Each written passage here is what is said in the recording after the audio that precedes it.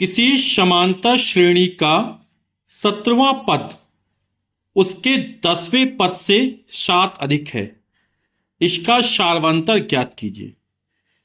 तो समांतर श्रेणी में इसका पहला पद स्मॉल ए मान लेते हैं और सारवंतर स्मॉल डी मान लेते हैं, जो हमें ज्ञात करना है। ठीक है, तो हमने समांतर श्रेणी का प्रथम पद स्मॉल ए और सारवंतर डी मान लिया। तो एनवें पद का सूत्र क्या होता है? ए एन बराबर होता है a plus n minus 1 into d. N पद का यदि हमें एनवा पद ज्ञात करना हो तो इस सूत्र का प्रयोग करेंगे। तो कह रहा 17वां पद यानी A17, 17वां पद हो गया। 10वें पद से 10वां पद क्या होगा? A10 होगा। एनवा पद एन है, 7वां पद A17 हो जाएगा, 10वां 10 हो जाएगा, A10 हो जाएगा। से 7 अधिक है, ये 7 अधिक है, तो दोनों बराबर कैसे होंगे?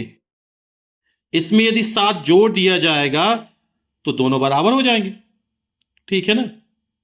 आप ऐसे समझ सकते हैं, जैसे ये 17 है तो 17 और ये 10 है, तो 17 10 से कितना अधिक है?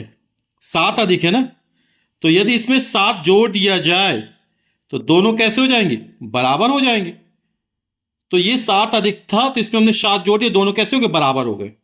तो ए एन बराबर a plus n minus 1 into d. तो 7वां पद है ना? ए का मान फिक्स, प्रथम पद पता नहीं हमको। ए प्लस एन की जगह पर ने 17 रखा, तो 17 माइनस 1 इंटू डी बराबर। इस तरह 10वां पद ए प्लस एन की जगह 10 रख देंगे, 10 माइनस 1 इंटू डी और प्लस का 7 था। हमने इस वाले सूत्र का प्रयोग किया। ए का मान वही है, प्रथम पद कभी नहीं बदलता है ना किसी श्रेणी का। एन का मान 17 था तो 17 रख दिया, और 10 था तो 10 रख दिया। ठीक, इसको हल कर देते हैं। तो ए प्लस 17 में 1 गया, 16 डी हो जाएगा बराबर ए 10 में से 1 गया, 9 डी और प्लस का 7। अब यहां पर देखिए, ये प्लस ए और ये प्लस, इसका पक्षांतर करेंगे तो ए से 1 घट जाएगा, तो बचेगा 16 डी और प्लस 9 डी तब है तो माइनस 9 डी बराबर 7। और 16 डी में 9 डी जाएगी तो कितना बचेगा? 7 डी, 7 डी बराबर 7। तो डी का मान निकालना, डी बराबर हो जाएगा 7/7, और 7 में 7 का भाग जाएगा 1, तो जो सारवंतर हो वो कितना निकलेगा? 1 निकलेगा। यही हमारा उत्तर हो जाएगा।